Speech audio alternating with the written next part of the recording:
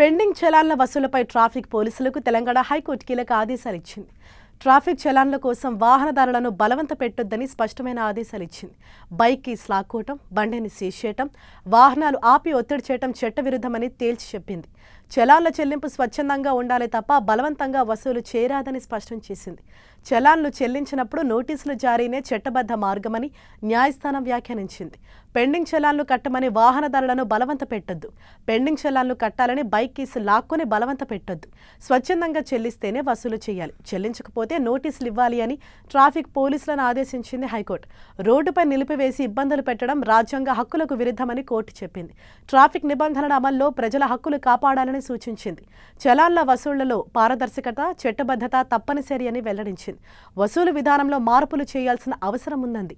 వాహనదారుల హక్కుల పరిరక్షణపై తెలంగాణ హైకోర్టు స్పష్టమైన సందేశం ఇచ్చింది. తనిఖీల పేరుతో రోడ్డుపై ఆపితే వాహనదారుడే స్వచ్ఛందంగా తన పెండింగ్ చలాన్లు చెల్లించడానికి ముందుకొస్తేనే పోలీసులు వసూలు చేయొచ్చు.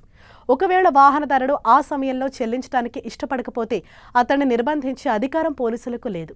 పోలీసు యంత్రాంగం నిబంధనలు అతిక్రమించి రోడ్లపై నేరుగా నగదు వసూలు చేయటం సరికాదు. చట్టపరమైన ప్రక్రియ ద్వారా మాత్రమే పెండింగ్ బకాయిలను రాబట్టాలి. పెండింగ్ చలాన్ల వసూలుకు కోర్టు నోటీసులు పంపాలి అని హైకోర్టు సూచించింది. ట్రాఫిక్ పోలీసులు పెండింగ్ చలాన్ల వసూలు కోసం వాహనదారుల్ని ఇబ్బంది పెడుతున్నారని న్యాయవాది విజయగోపాల్ హైకోర్టులో పిటిషన్ దాఖలు చేశారు. ఈ పిటిషన్పై విచారణ సందర్భంగా ఆయన తన వాదనలు వినిపించారు.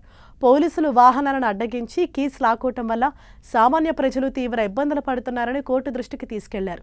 ఈ వాదనలతో ఏకీభవించిన న్యాయస్థానం పోలీసుల తీరును తప్పుబడుతూ ఈ కీలక ఆదేశాలను జారీ చేసింది.